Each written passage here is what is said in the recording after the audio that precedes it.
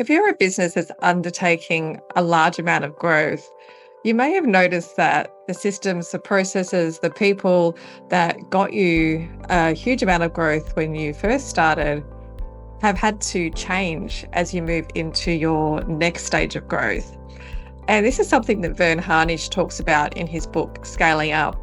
And he actually talks about the valleys of death, which I know is a terrible term, but it's a good way to start to visualize.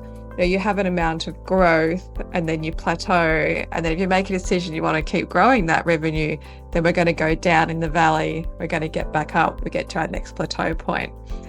And at each of those plateau points, we need to make a decision. Do we want to continue growing? Because if we do, then we're going to have to go down into that valley of death and climb back up again.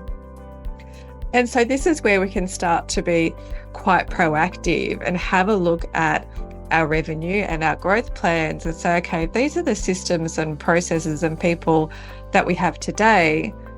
What are we going to need when we get to that next stage? And particularly when we're talking about people, we don't want to get to that next stage and then say, well, actually, this COO that we have is not the right COO going into that next growth stage. Because maybe if we had thought about that and been proactive about it and given that person 12 months to say, you know what, I think your role is going to go from this to this. It's going to go from operational at, 70% of the job to strategic at 70% of the job. It's going to go from managing 2 people to managing 50 people.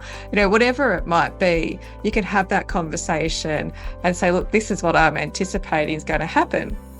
And then that enables that person to say, okay, I'm going to build those skills that I need so that they can continue on in that role as it changes. Or maybe they say, you know what, when we get to that point, I'm self-selecting out. So, whichever way you look at it, that's a good thing for the business. You're either going to have someone that's going to continue on and grow and develop with the business as you need them through those really big growth stages and through that valley of death, or you're going to have a situation where you can hopefully have quite a good open conversation. Now, I'm not going to go into redundancy processes, and obviously there's a lot of legislation that you'd need to look at when you get to that point, but this is more about being proactive and thinking about what are those growth stages in our business, who are the people, systems, processes that we have today, and what are we going to need over those milestones? What does that look like in 12 months, 2 years, and 3 years? And I discuss this further in episode 94 of the Find, Grow, Keep podcast. If you have any comments or questions, please leave them below or connect with me on LinkedIn and we can start a conversation.